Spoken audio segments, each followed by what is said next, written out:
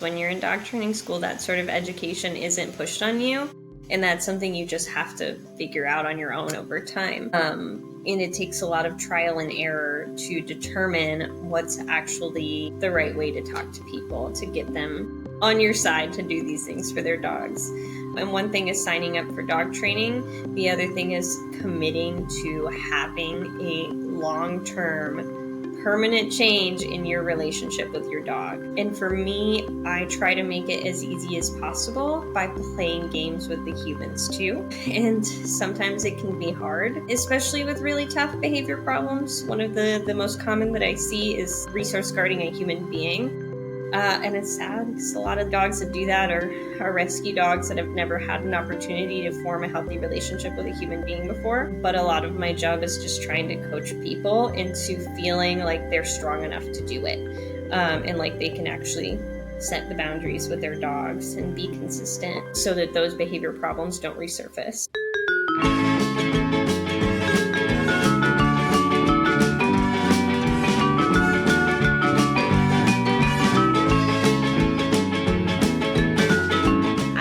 And welcome. So I am Lianne Shinton from Automation Dogs, and I'm a dog trainer. I have my podcast that you are visiting for dog trainers. And also I offer a CRM software to help dog trainers. And today I have the pleasure of interviewing Anna Maria Thorne. Welcome, Anna. Hello. Hi. And Anna's from Kismet K9 Training in Texas, right, Anna? Yes. In the Dallas-Fort Worth area. Beautiful. So it's a pleasure to have you here.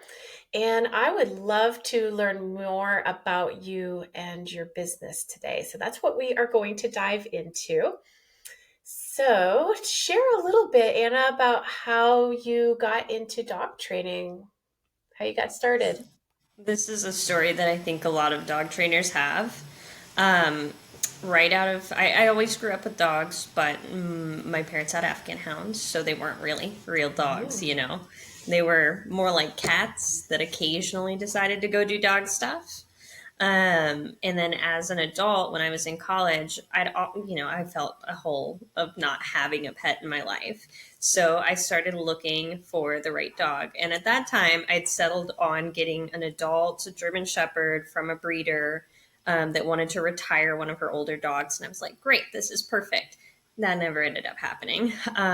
My roommate brought a husky to my doorstep from the streets, and I fell in love with her instantly. And I had to keep her, of course. And I didn't know anything about dogs outside of what I'd grown up with.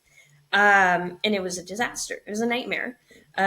Stella was beautiful. She was sweet with people, but she had the worst separation anxiety I had ever experienced. I didn't even know that this was a possibility in dogs.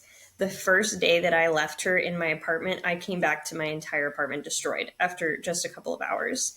And I immediately started looking into training. Now, at the time, I was interested in doing like obedience sports for fun, but I didn't have any idea of how to teach a dog how to behave in a house. Definitely no idea on how to work with separation anxiety. So I started calling professional trainers in my area. I went through about 3, and they all had different methods, from force-free to old school choke chain trainers, people that did T-touch and that kind of stuff. And I spent like a good portion of my college tuition fund on getting this dog trained, and I didn't get anywhere. I spent months trying to figure out how to train this dog, and the advice that I got was really awful. At one point, I got the advice that I should get another dog to see if the separation anxiety would get better. And I said, you know what, why not? So then not only did I have a dog with severe separation anxiety, I had a dog that was extremely reactive, and I didn't know what to do. So I went online, I searched for answers, and I figured if no one else can help me, I might as well do this myself. And that's how I ended up in dog training school. Wow. That's quite an impactful story, and I'm sure folks can relate that are now clients of yours. Absolutely. And I was so angry with myself because I'd spent thousands of dollars and months of training just to be told that a prong collar could fix my dog. at dog training school, and within an hour, both of my dogs were walking past other dogs without barking and lunging. And I felt so bad. But then Wow. after that, I got over it, and we were able to train both of those dogs to be very good house pets. Wow. Yeah, it's kind of cool when we are sent on this journey and we learn something and you're open to realize, hey, I'm going to become a dog trainer. And then now you can truly relate to what clients may be going through. And, they're trying three trainers and spending thousands of dollars and losing furniture to the dog and just spiraling out of control. So it's really great that you can relate to them. Now, tell me about Kismet K9 training. I love your website. So maybe start by sharing your URL so folks can go check it out. Yeah, you can visit me at www.kismetk9training.com. I have done training on and off over the years in the past. But over the last couple of years, most of my focus has been on working with rescue dogs. I foster and I volunteer. When I was in high school, I did volunteering for a program called the Girls Awareness Program. And it's kind of a girls' club that will pick a charity or organization that they want to support. And for us, it was our municipal animal shelter in our small Texas town. So we don't have a lot of resources for the local animal shelters. So the girls at the high school primarily do most of the work, taking dogs out from kennels, doing adoption events, marketing, fundraising. And I was a part of that club for my senior year in high school. And now that I'm back in my hometown, I wanted to go back to that club and do some more foster and rescue. And the need is overwhelming, and it sparked my love for dog training again. And I still actively do. I was still doing training for free for rescues and other organizations, but I recognize that there's a need for more than that, and I'm looking to help dog owners who have rescue dogs, who have dogs that are struggling with behavioral problems, or dogs that are just unruly. Wow, it's full circle coming back to the organization that you worked with in high school. That's pretty awesome. So rescue dogs. I think that a lot of folks get maybe a dog from the shelter and they just don't really realize what they've got and what to do. So hopefully they find an expert such as yourself, but maybe share a little bit about um, what they could be considering as they're looking at maybe choosing a rescue dog. It's tough when those dogs are in the shelter too. Like Mm-hmm. you kind of they're not going to behave the same they will once you get them out of the shelter. They're in a home environment. It's tough, but Mm-hmm. maybe share a little bit about folks that might be looking at the shelter and trying to find a forever friend. Yeah, I think it's really important to be discerning on what you want in a dog. Really taking a look at your lifestyle and what goals you have for your dog, and really being honest. If you're the type of person that wants to sit on a couch all day and snuggle with a dog, go into the shelter or go into rescue organizations that are foster based, knowing that that's what you want. If you want a dog that's going to be a weekend warrior, or you're a 5K runner and you want to take your dogs, you also need to look at that. Not only energy, but also temperament. Is your lifestyle the type where you have friends over all the time? Are you going to be taking your dog on vacation with you? Are you the sort of person that wants a dog that's not going to let strangers in your house? All of those things are what you should consider. And really, I think a lot of folks overlook the idea of working with a trainer when first picking their dog. And I've had several clients do that. I've had some clients, unfortunately, that have had to return their first dogs because of unforeseen circumstances or just a bad match in energy and temperament. And then I'll go into shelters and help them find dogs or contact rescues and help them figure out what kind of dog would be a good fit within my organization that I foster for or others. Um, And they should also, new adopters should also go into it knowing that it's going to take some time for the dogs to truly show their behavior. And there's no shame in deciding that even after 3 or 6 weeks, that dog isn't for you. You know, I know people get attached, but sometimes those relationships that you form with those dogs are going to cause you more stress than otherwise. Now, a lot of that is fixable with training. I had a client call me a little while ago about their dog that was biting house guests the minute they came in. That was fixed pretty easily. He just didn't know what he was supposed to do instead, and we taught him go to your bed, lay down, ignore the doorbell. Every time the doorbell rings, you go to your bed and you stay there. And now he's able to have guests come in, and they have a really great rescue dog. But those are all things you should consider. Yeah, that's excellent advice. I know for some it might be hard to hear, but I like how blunt and direct and honest you are being. It is cool to be discerning. Don't just pick the cutest one. Really be careful because dogs are a big liability. Mm-hmm. And just like human relationships, they aren't all a match. Exactly. Boyfriends and girlfriends break up.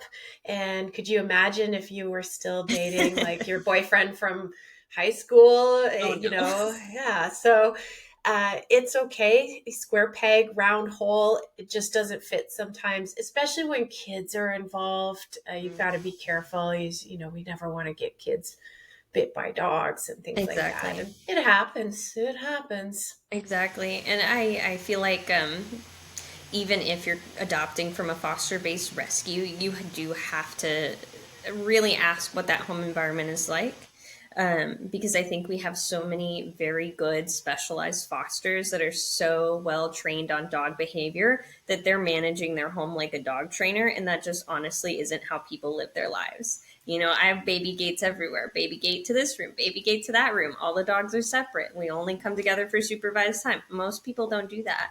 Most people also don't have the caliber of dogs in their home that I do. So they're not needing to take that kind of precaution. And if they come from a foster home like mine, where their schedule is really regimented, I always tell people, like, hey, if you give your dog more freedom than what I've given them, their behavior might change a little bit. Call me, let me know if you're having trouble because we can troubleshoot that. But just honestly, this is how my house is run. And a lot of really good qualified fosters also run their houses like that. And that's where we have dogs that are suddenly, you know, performing behaviors that they never did with their foster. Yeah, that's a very good point. I hadn't considered that. And as you're talking about shelters and rescues that have foster homes, I think maybe you could share on if someone wants a little bit more information about a particular dog, would going to one of the rescues that you work with have more information than possibly the shelter would? What does that look like? It depends on your individual shelter. At least in the Dallas Fort Worth area, most of our municipal shelters are really overwhelmed. So they have a really high turnaround rate, meaning they're going to pull dogs from shelters to foster based rescues really quickly. So a lot of the people on the front lines of discovering what the dog's behavior is like are foster homes. And that it seems to be the case for a lot of really, really overwhelmed shelters, especially in the South. And that's not such a case up north. So if you're like in the Pacific Northwest that doesn't have a shelter overpopulation crisis for the most part, they might be staying longer at shelters. And you'll see more like shelter neurosis type behaviors than you would here in the South, where dogs are immediately taken to foster homes or unfortunately put down. So that is what it is. So you have to either way ask questions and expect surprises. But not all of those surprises are bad, and not all of them are things that you're going to run into that you can't deal with. Excellent, excellent information. Now, with folks who already have a dog and it's frustrating them, they are experiencing running out the front door, jumping on guests, reactivity. I know that you are a wealth of information and you like to actually dive into some more of the difficult behaviors than even Mhm. some dog trainers will be like, no, I would rather send this type of situation to Anna. So, could you talk with us a little bit about some of these different behaviors that you commonly see? Why, when people are reaching out to you, and some that you maybe take a deeper dive in, are more passionate about? Yeah, a lot of the dogs that I see primarily come to me for in-home dog fights that are very severe. I also see a lot of dogs that are showing owner-directed aggression during handling or over resources. And then I also get a lot of dogs with bites on humans. So dogs that have already been through the quarantine process and owners that are looking for training so that doesn't happen again, especially in vets and grooming. And I love working with those cases because I share my home with two really difficult dogs. I have a Malinois and a German Shepherd, and they're not easy dogs to live with, but I love living with them and they're a lot of fun. And I can understand how getting a dog with some of those behaviors can be really overwhelming and embarrassing to people, especially because you don't want to be the person that people are like, oh, we're going to have the holidays over at such and such's house, but we can't do it because their dog is crazy. So I do like working with those cases, and over the years my approach on how I work with those cases has really changed. When I first started, I was like, okay, we're just going to shut the behavior down. We're not going to do it anymore. That's unacceptable. And now I honestly don't put as much of a focus on obedience training or having a dog be compliant, because I realize that the majority of those behaviors, or at least a large portion of them, come from underlying pain and medical causes. So now, anytime I get a dog with complex behaviors, I'm thinking, okay, what could medically be wrong with this dog that I can see as a trained eye, that I can refer to a veterinarian, or that I can help a client advocate for deeper exploration on? A couple months ago, I was contacted by an owner of a boxer who was biting people, specifically men, on walks in the home, and he was getting increasingly bad. I go into their home. The dog is now trying to bite me, but we're separated by a baby gate, and I'm kind of watching him, and I notice the way he sits with one of his legs kicked out, and I was like, oh no, he's got an ACL tear for sure. Sure enough, mom takes him to the vet, finds out he does have a complete tear of his CCL. And that was probably causing him immense amounts of pain. He goes in for the surgery. We're going to do training with him later, but that was a really, really big part of his behavior story. So I go into cases thinking there is medical issues that we can't confirm or deny. In a lot of cases, we're not going to know because it's just not monetarily feasible for clients to do an MRI on their dog or crazy stuff. And we have to understand that this is a partnership, and we're working on getting the behaviors we want with as little conflict as possible, instead of just shutting those down, because some of those moments are going to tell us things that we need to know. So it sounds like we should dive into maybe a little bit of things that people, actionable things that folks could do right now at home, where if I just watch my dog and I see, hey, every time he sits on his left hip. He Mm-hmm. always kind of protects that right Mm-hmm. hip, keeps the pressure off of it. Maybe there's something to consider here. Ear infections, they're shaking their Mm-hmm. head. Um, I've had dogs come in that are deaf, and the owners didn't know they were deaf, and he just doesn't listen. And I'm like, Well, I can that's look, why. yeah, I can look at the color and the eyes and know that this is a just genetically deaf dog. Yeah. But maybe share a little bit about things that folks could look for, or just things they could be doing, like watch your dog when they lay down, when they move around, when they stretch. Yeah, really common things. And I think, I don't know why, but it's increasingly common that a lot of the dogs that I work with behavior problems go on to get diagnosed with Addison's or Cushing's disease. And some of the signs of that are just in the structure of your dog. So if they're really tall and lanky, when maybe they really shouldn't be that tall and lanky, that's a big tell. Um, if you have a dog that seems to get really easily started by very small movements or noise, Dogs with sound sensitivity, those are all really big clues into what you can start thinking about medically and behaviorally. Dogs that are experiencing allergies and GI upset.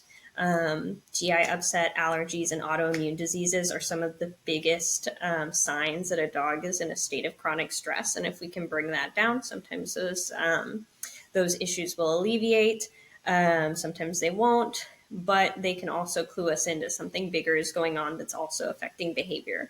And even if you just go and get your dog medical intervention, that doesn't mean that the behavior is going to go away, because it's probably been going on for a long time and now it's a habit. Whenever a dog is uncomfortable, whenever they're scared, they're defaulting to these behaviors because they don't know anything better to do. So they may not be able to learn as well as we want to without medical intervention, but if you're just doing medical intervention, they're not going to learn new behaviors to perform instead. Excellent advice. Yeah, so just watching your dog and reaching out to Anna if you're not sure, but you know, maybe this is behavioral, maybe there is something medical. Great advice. And I think it's good for all dog trainers to consider this stuff too. We should be watching for that. If we're trying to teach a dog to sit, and we're asking for sit, we're pushing on the butt, like anything like that, and the dog's in pain, then we could be causing behavior Exactly. problems too.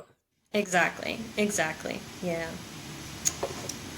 And for folks that maybe don't have a situation with a dog where the dog has any type of injury or anything going on, just he's jumping up, he's reactive, she's fighting with other dogs in the house.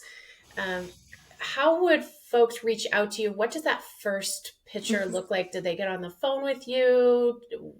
What does that starting point look like? So I recommend that you reach out to me on my website or through my social media and go ahead and get a phone call scheduled.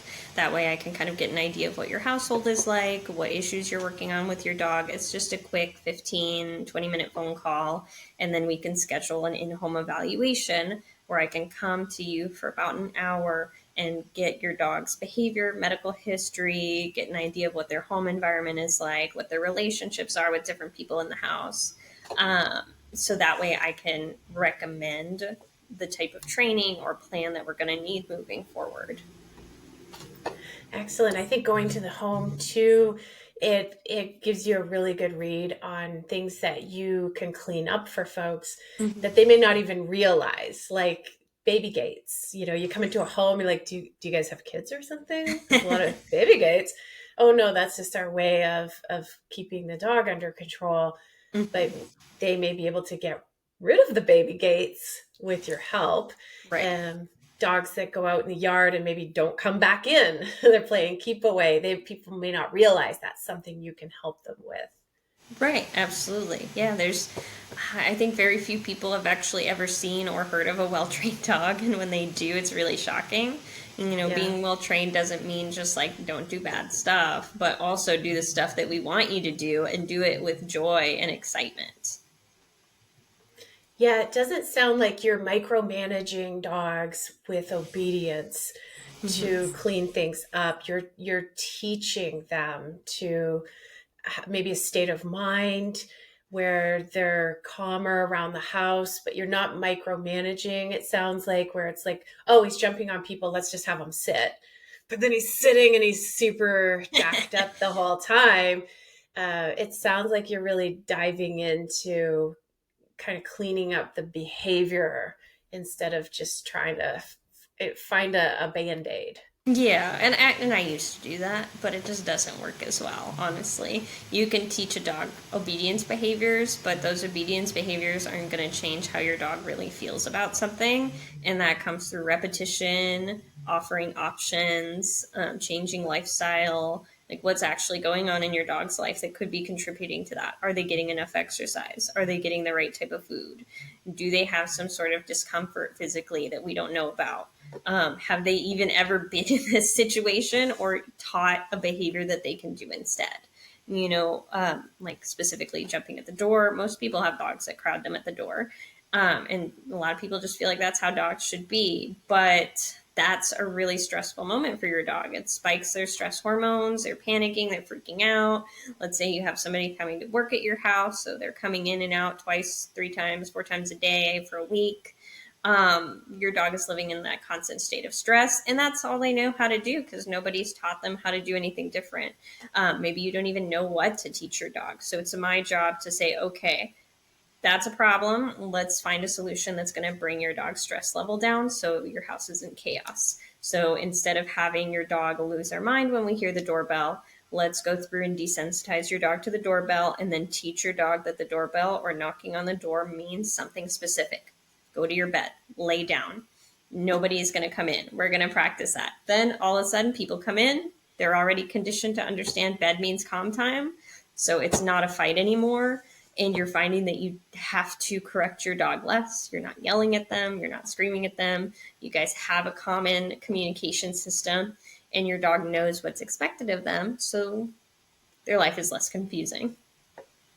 Excellent. Now this kind of leans into us coming into the holidays. We just had Thanksgiving. We're coming up to Christmas and New Year's, family gatherings. Maybe let's talk about, hey, I'm going to have people over, or I want to bring my dog to someone's house. Both of those things could be variables, I think, for folks as we're coming up to the holidays. So maybe give us some thoughts on, hey, plan ahead, start training now. Yes. Because you can't just the day of Christmas morning. Hope that they'll act well. Yeah. I think the number one time of the year for dog bites is the holidays. And there's a reason for that because, the other, 9, 10 months out of the year, no one comes over. And then all of a sudden there's all these people over here. The other 9, 10 months of the year, we don't take our dogs anywhere. And then suddenly we're taking them to a whole new house with dogs, people, other dynamics, and we're expecting them to just adapt to our lives. That's not going to work. As much as humans, we just want our dogs to get it. We have to put in the work beforehand to show our dogs that these things are normal. They're okay. We have to habituate them to these situations so that when the holidays come around, it's no big deal, And you also have to think about your dog's temperament. My dogs, they're territorial. That's why I have them. I don't want people coming into my house, so I just crate them during the holidays. We throw a huge party. They have their own room, they're crated, they're comfortable, no one has to interact with them, but I know their temperament, and I feel like a lot of folks that have dogs with a similar temperament haven't experienced that with other dogs before, so they don't know how much stress they're putting on their dogs. And sure, yes, if I wanted to, I could bring them out and have them chill out on a place cot or, mill around with people, but I would have to be constantly watching my dog. Now, then again, some folks have dogs that are crazy excited to meet people, and you want to have them at your family gatherings. Your dog wants to be there, but they have to have some kind of control. And teaching them behaviors that they can do instead, like finding a comfortable place to sit, laying down calmly, teaching them that food grabbing is completely off limits, no counter surfing. Those things take time. We have to start beforehand, but it's possible to have your pet involved in holiday traditions without it being a total disaster. Great advice. Great advice. And I like how everything is customizable with you. Hey, my dogs are more territorial. I want them to protect my house. This is what we do. And you have a solution that fits for this one time of year when folks are coming over. And I think that's an easy one too, it's okay. Just like we were talking earlier, like sometimes, hearing the hard stuff, people don't want to hear it, but it is okay to put your dog in a room when you have company over until you get a plan with a trainer who can give you, the actionable steps that you can take when you have people over and help build your dog up to that. Right. And part of my job is honestly telling you what you can expect from your dog based on their temperament. And if you have a goal, what that will require of you. Because if the average Joe had my German Shepherd, for example, he'd be a nightmare. Could he do all of these things? Obviously, he can because he's my dog and he knows. But I would have to sit down with an owner and say, okay, you want to take your German Shepherd to Grandma's Christmas. This is what you're going to have to do. You're going to have to make sure your dog is exercised. You're going to have to make sure your dog is muzzle trained and conditioned. You're going to have to supervise your dog and also set expectations and boundaries with your family members to know that interacting with your dog at certain times is off limits. And a lot of the dogs that I work with really rough behavioral problems are never going to be okay with certain things, and we have to respect that. But others come out of their sheltering training and actually have curiosity and a desire to interact with people, and they just don't know how. And part of my job is teaching you as the owner what body language signals are telling me that this is an okay interaction. How do I allow these interactions to happen? When do I pull out of them so that they're still really positive? And those are not things that we necessarily want to practice at holidays, but if you're informed as an owner, you can make a decision on how much you want to do and have plans for what do I do if my dog is getting overwhelmed? What do I do if something goes wrong? And you said something that stood out to me, and that is how the people need to respect your rules with your dog. So training, your aunt, your uncle, grandma to follow your rules. This is my dog, and this is what we have to do. And if the human can't follow the rules, then Flirty's getting locked up in the room because I don't want you messing up her behavior. Exactly. Yeah, and that was when I was first training. That was really hard for me to say to people because I didn't want to hurt their feelings. But now I know that these are really important and valuable things that dog owners want to hear.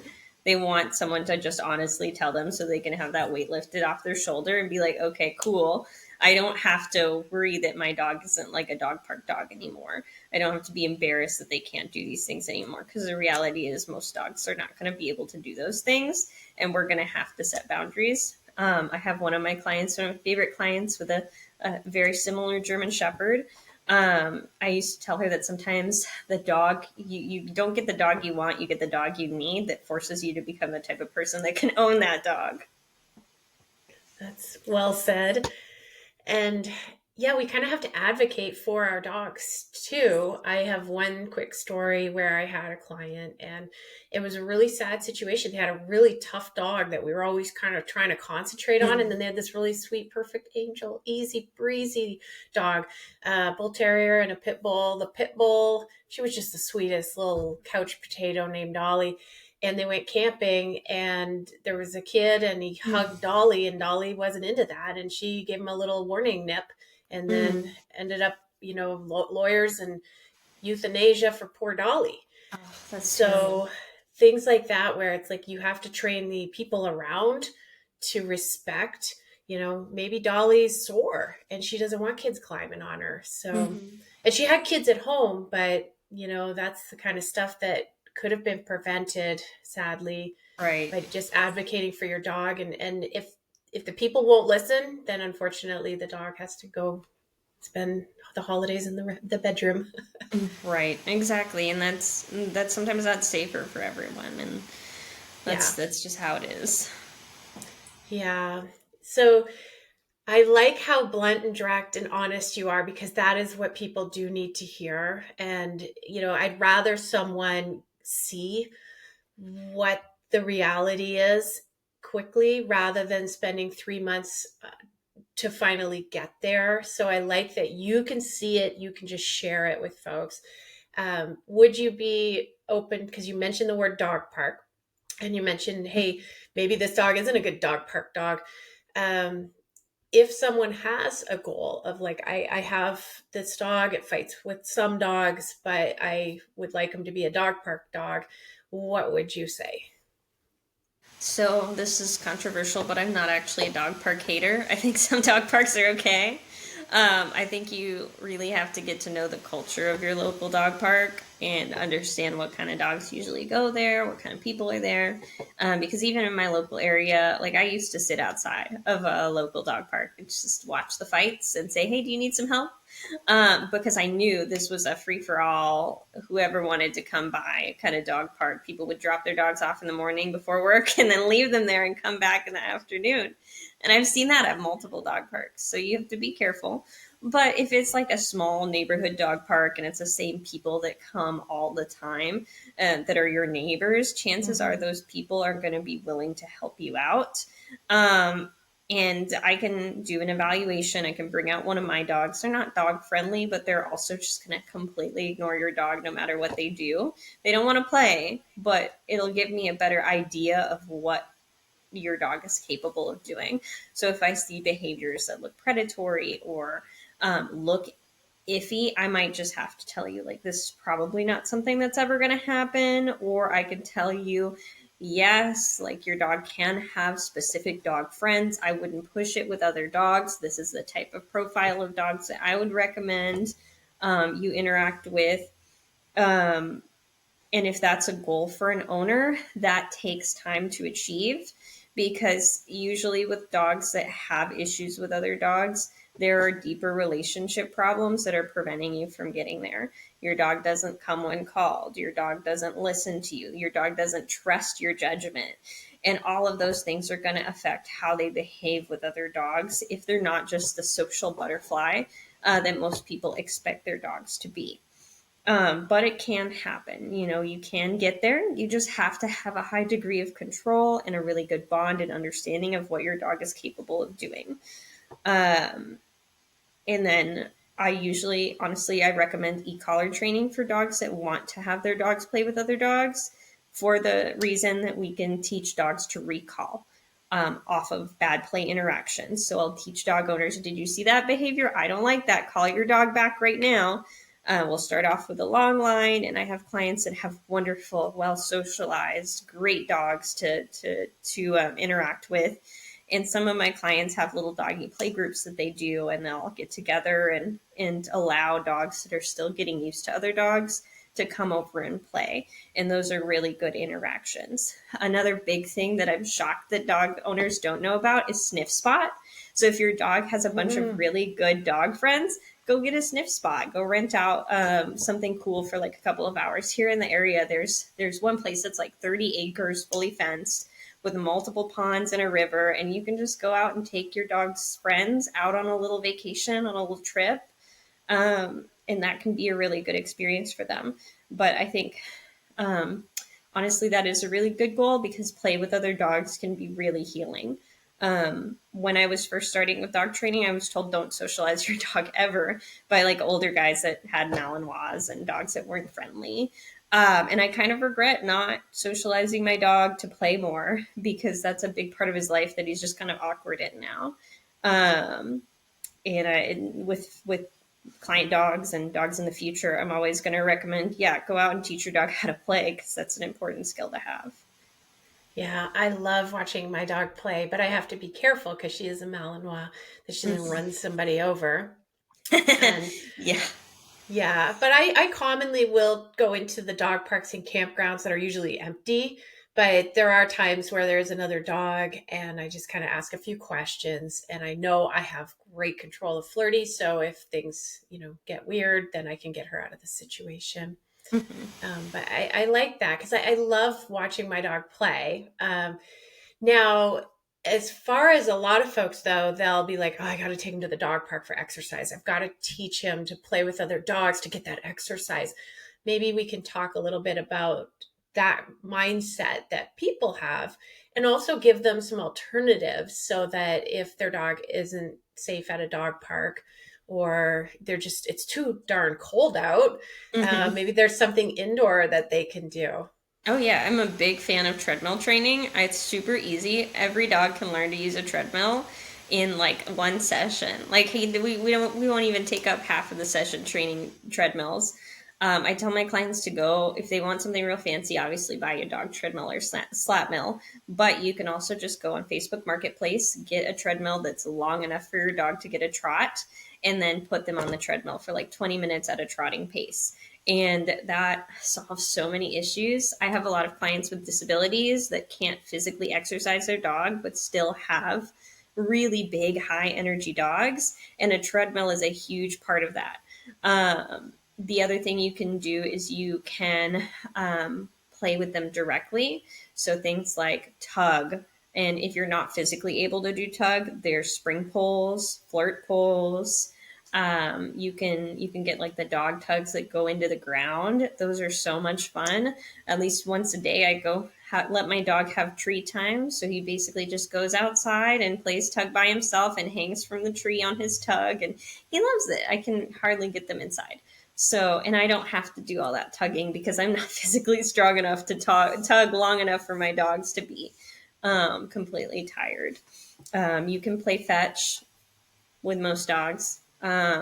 But just taking them to the dog park and letting them be super over aroused or playing just fetch and frisbee with them for like 2 or 3 hours is going to build up a dog that doesn't know how to be calm when it's time for energy, or is going to hyper fixate on other dogs and decides, I'm going to get to this dog, mom, whatever you say, I'm going to pull you over across the street and we're going to go play, whether or not that dog wants to. And that's really, really dangerous, because if you do that to the wrong dog, you're going to get hurt. Definitely. And drag mom or dad over and they fall, that could also be very bad. So Yeah. yeah, great advice. Yeah, there's probably other games too that maybe we can chat about. Hide and seek is a cute Oh, one. yes. I I'm a big fan of free shaping games. So if I have clients that aren't able to exercise their dogs, I teach them how to free shape with random objects. And it's so funny to watch people do it for the first time, because you're both kind of confused. Your dog is confused and you're confused. But if you work on it, you can develop some really fun tricks. You can teach your dog to really engage with you. I love it. I saw a TikTok video the other day about, how awful it is to free shape with a Malinois. And it's kind of true. He just sits there and screams at me until he does something, and then I can reward him. But with most dogs, it's a pretty simple and fun process.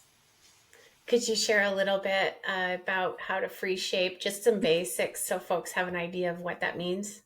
Yeah. So specifically for me, I like doing a free shape game where I ask my dog to interact with an object. Now, in general, free shaping means that you have a behavior in mind, but you don't lure or guide your dog to do that behavior. So you can take something like a plastic traffic cone, put it in your living room, wait for your dog to interact with it, and the moment they do, you're going to use your marker word like yes, and then reward your dog for it. Let's say they knock the cone over, and what your goal is to have your dog shove their nose in it. Good, reward. Yes, reward.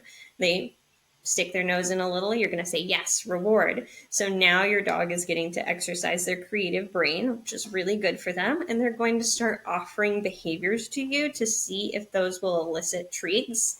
And that can be a really great mental exercise for higher energy, higher needs dogs. Yeah, I find if I do some nose work stuff with my dog just around the house, hide and seek, she's tired after that. And it's not physical exercise, but it's just like with people too. If you've got like a long, stressful drive, or you're at work sitting on the computer, you come home, you're exhausted, even though you physically weren't, like jumping around and running, Yes. but you're just mentally exhausted. So there's definitely good games that folks can play when it's snowing out, or you want to tire your dog out maybe before people come over and you don't have time to take them for a run. These might be good ideas. Mm-hmm. Yes. Awesome. So when you it sounds like you're great at talking to the people, and I think that folks need to uh, like realize, when I sign up for dog training, I'm not just getting my dog trained, but I'm learning Mm-hmm. the why is my dog resource guarding and what can I do about it, because I'm such a big player in this relationship. So Mm-hmm. maybe talk a little bit about that, because you obviously are great at speaking with people, and that is such a big part of dog training. It is, and it took me a while to recognize that people were such a big part of it, because when you're in dog training school, that sort of education isn't pushed on you, and that's something you just have to figure out on your own over time. and it takes a lot of trial and error to determine what's actually the right way to talk to people to get them on your side to do these things for their dogs. And one thing is signing up for dog training. The other thing is committing to having a long term, permanent change in your relationship with your dog. And for me, I try to make it as easy as possible by playing games with the humans too.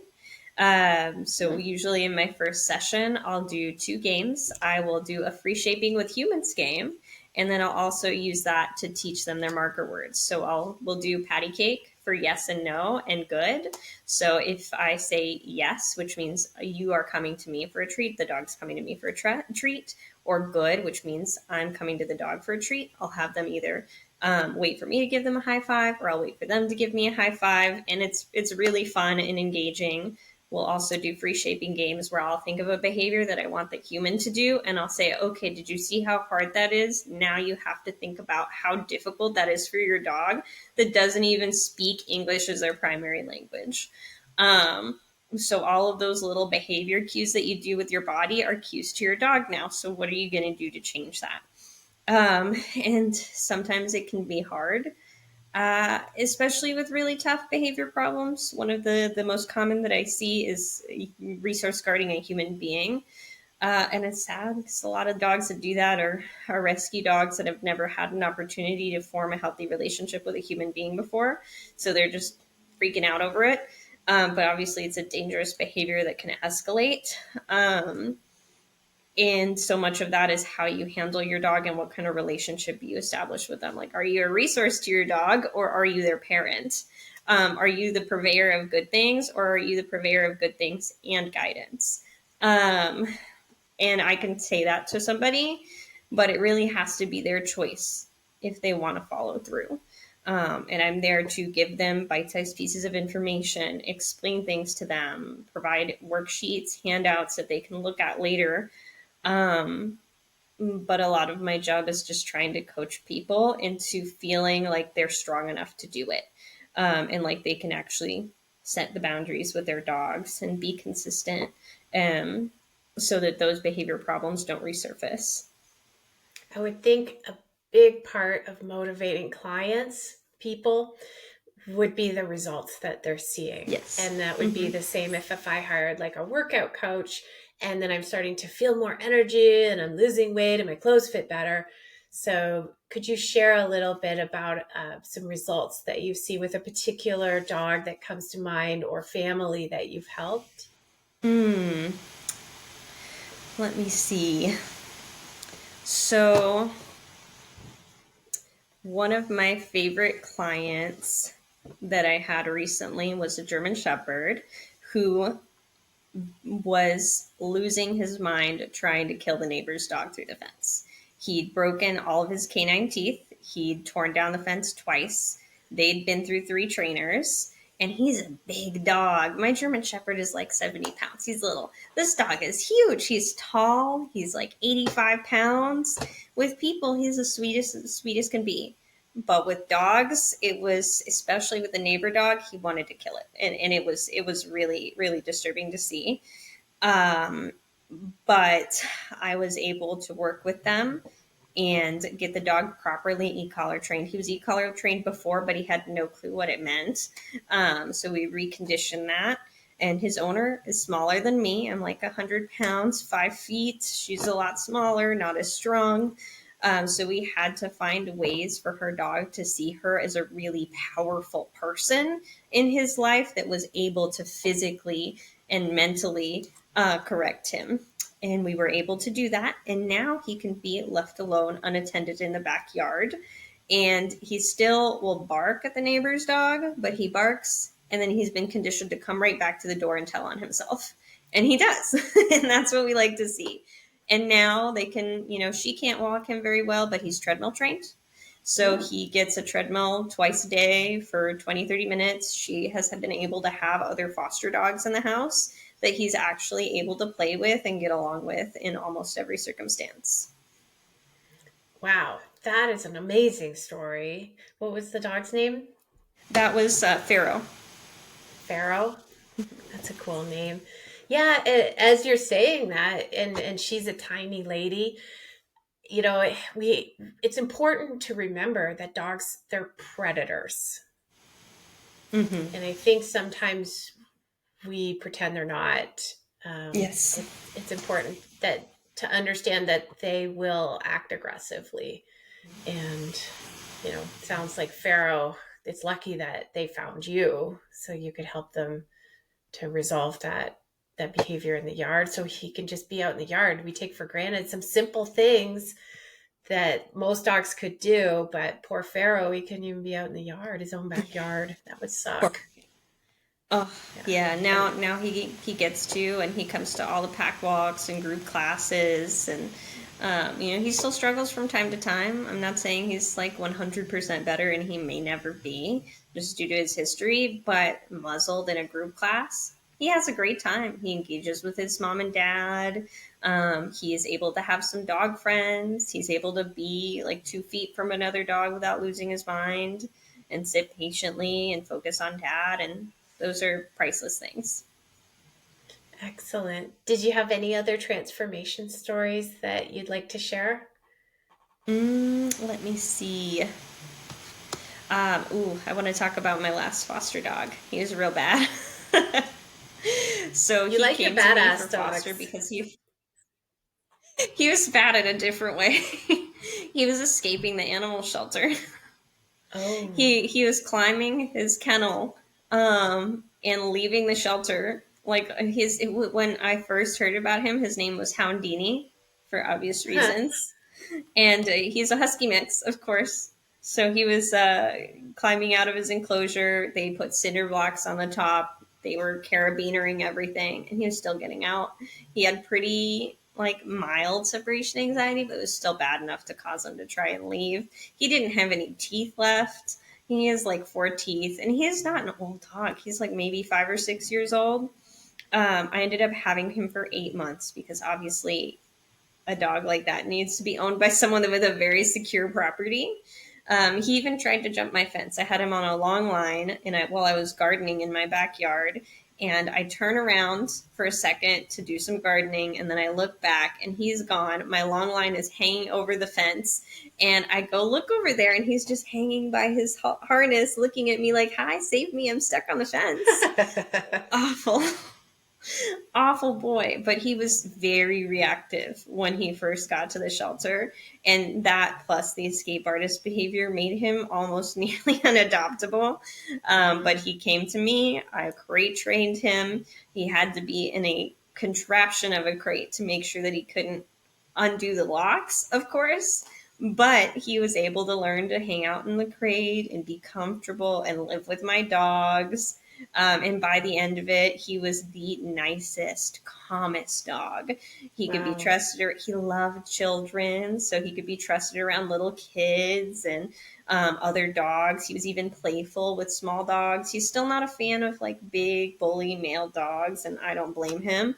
But he wasn't trying to go after anybody or um, you know, he wasn't experiencing any of the behaviors that he had in the shelter.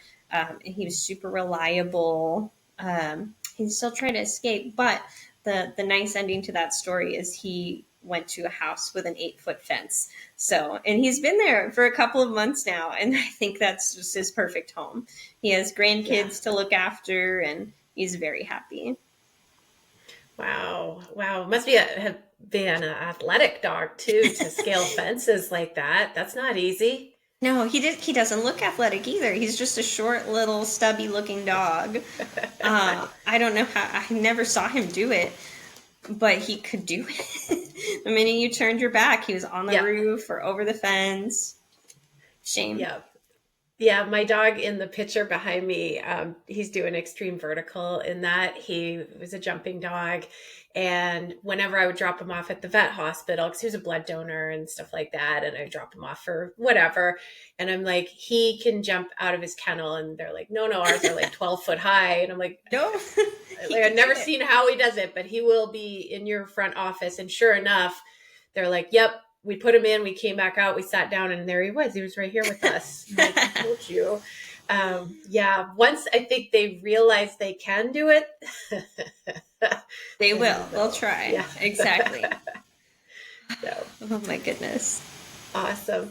So maybe share again where folks can find you, especially your website URL. You can find me at www.kismetk9training.com. I also post regularly on Instagram and Facebook. I always have Instagram stories of me working my client dogs, so that is a great way to see my work and how I interact with dogs. And it's Kismet, Kismet, and the Mm-hmm. K9 is spelled out Spelled like out. Canine, not just the K and the nine, Correct. the more the police term. So, okay, so Kismet K9training.com. Mm-hmm. Perfect. Is there anything else you'd like to share today, Anna? That's it. I think we covered a lot of good stuff. And I think if folks are interested in getting some help with their dog or maybe being part of the pack walks, getting ideas to exercise their dog from Anna, go to the website, get on the phone with her, and take it from there. Awesome. Well, thank you so much for joining me today, Anna. I really appreciated, and we had a great conversation. Thank you for being so transparent and helpful. I hope that it helps somebody, especially leading up to the holidays. And again, I'm Lianne Shinton, dog trainer as well, but I also provide a software CRM for dog trainers. And my podcast, I like to interview folks about interesting things related to dog training and their business. So appreciate everybody for listening. Thank you. Thank you.